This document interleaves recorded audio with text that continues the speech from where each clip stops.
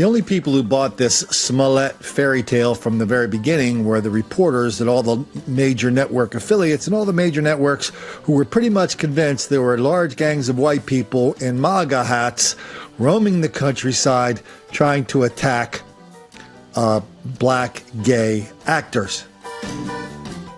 Well, now the story is starting to come out piece by piece by piece. The people ahead of the story the whole time were Second City Cop and CWB Chicago. Now the local affiliates are starting to contribute to the story.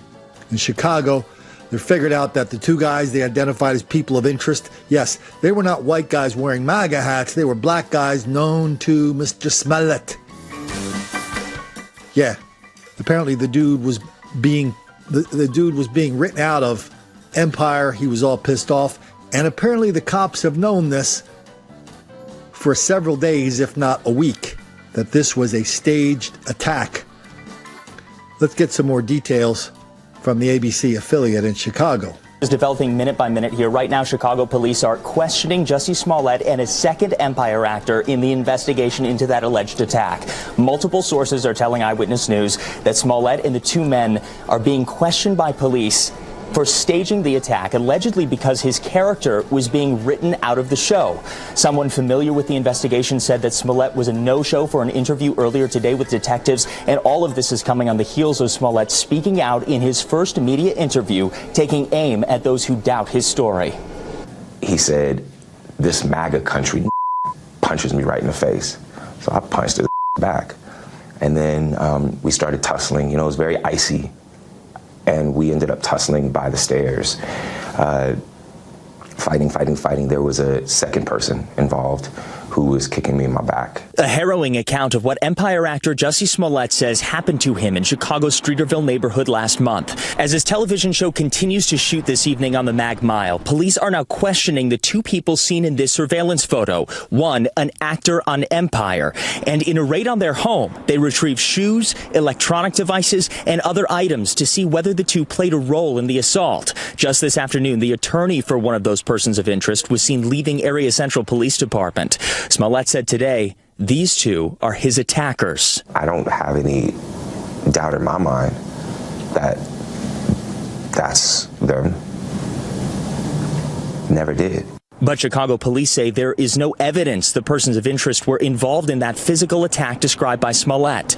The actor and LGBTQ activist says a racially motivated, bigoted attack left him with cuts and bruises to his face and ribs, a noose around his neck, and bleach poured over his body. I understand how difficult it will be to find them, but we gotta. I still want to believe, with everything that has happened, that there's something called justice. Now, obviously, this case is still evolving. Chicago police say they cannot confirm the identities of those being questioned in the case to protect the integrity of the investigation, and those identities will not be released right at this time. My favorite part of the story so far comes from CWBChicago.com. They talked about how Smollett gave the cops his phone records, but what he did, he downloaded them on a spreadsheet, then he deleted or redacted all the calls that he did not want the cops to follow up on. The cops saw the spreadsheet and they said, "Hey, thanks, Just, but no thanks. We think we'll get a subpoena from your cell phone provider." So what's the way the cops put it to CWB Chicago is, Jussie saved us a lot of time because once we saw the phone numbers he redacted, those are the ones we started with, and that's how they kind of broke the case. In the scheme of things, this Jussie Smollett story, I just learned how to pronounce his name, Smollett. Please, sir, I want some more. It's not that big of a deal. A guy stages a hate crime, good. We'll give him a spanking.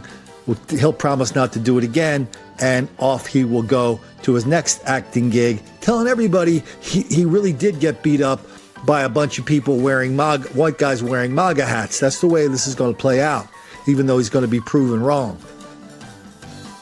But even though I like, these hoaxes are really important, they're bigger than this because the hoaxes really show us something more important than this clown staging a hate crime. They show us how eager reporters and public officials are to believe this fairy tale, how eager they are to believe the greatest lie of our generation, the hoax of black victimization.